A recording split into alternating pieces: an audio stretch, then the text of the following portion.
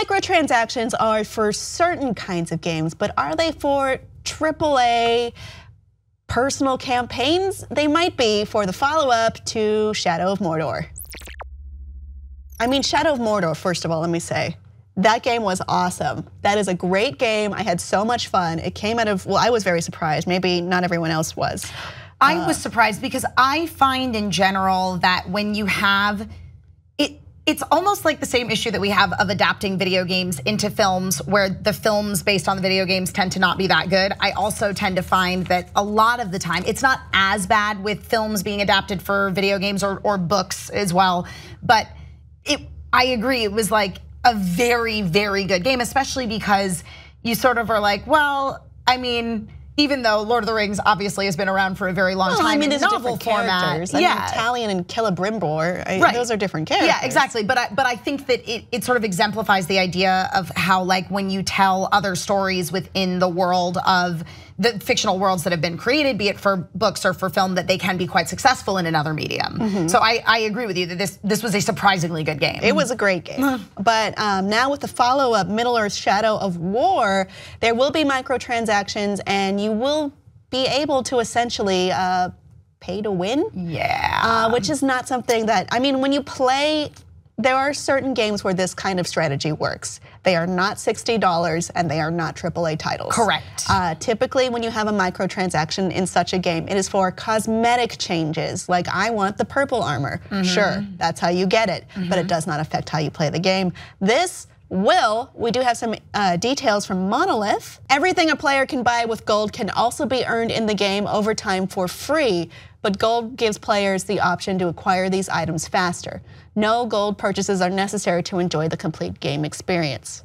Yeah, but sure. However, this is interesting because you brought up the idea that this microtransaction system obviously exists within games already. I feel particularly within the mobile space where it's a lot of free-to-play games, and then you can use money to access some other features. That's another kind of game. It's a completely different kind of game, but this concept of kind of like gold versus other currency is very prevalent in otome games, which are basically visual novels that are directed at young women, wherein like you earn gold in the game, but then you can also buy coins, and usually in order to unlock the best endings, you have to spend actual money. Right. Which is frustrating in of itself, but at least the game was free in the first place. This is ridiculous. Yeah, because you're already, this is a AAA game. It is. And this is, you can affect the change of the game. Monolith attempted to clear this up in a Q&A. I kind of disagree with it. By simply engaging with the world and playing through Middle-earth Shadow of War, you earn items like gear for Talion and unique orcs for your army. These are the same items that are found in the market within loot chests and war chests. Gold merely allows you to get your hands on them immediately, cutting down some of the additional time that would have been spent winning more battles, tracking nemesises, completing quests, and assaulting fortresses. So basically the grind of the game gets eliminated? Yeah, it's kind of like you can pay money to not have to put in as much effort. Yeah. But it's like, what is the damn point? What is the point of playing this game if you're just gonna pay to skip playing it? That's exactly what it is. It's like, okay, you're gonna pay to skip over playing it, but at the same time, are you going to be locked into a very slow and frustrating grind in order to progress in the game without spending more actual money on it? I mean, look, we're at a time where games are awesome. There's a lot of great AAA experiences out there. There's a lot of different action adventure style games. If you put this in your game and people have options to buy other similar games that don't have this, I mean, it's releasing in October, surrounded by Assassin's Creed Origins, Super Mario Odyssey.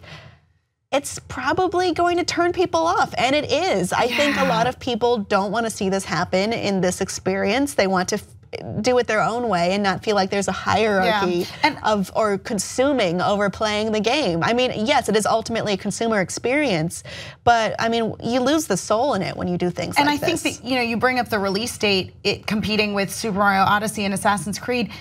You're gonna run into an issue of people are not going to invest in this game unless they're already a huge fan of the franchise or they're big fans of Lord of the Rings, and for some reason they don't like Mario or Assassin's Creed. No, I mean, I just think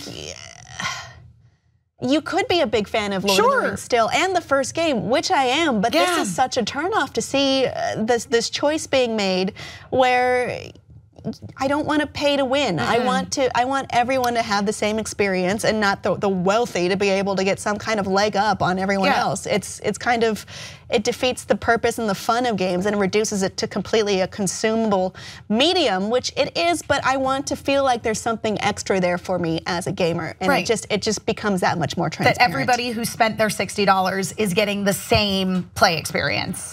Yep. Audience, do you see yourself sticking with Middle-earth Shadow of War with all of this information in tow or not? Please let us know below, and please like and subscribe for more.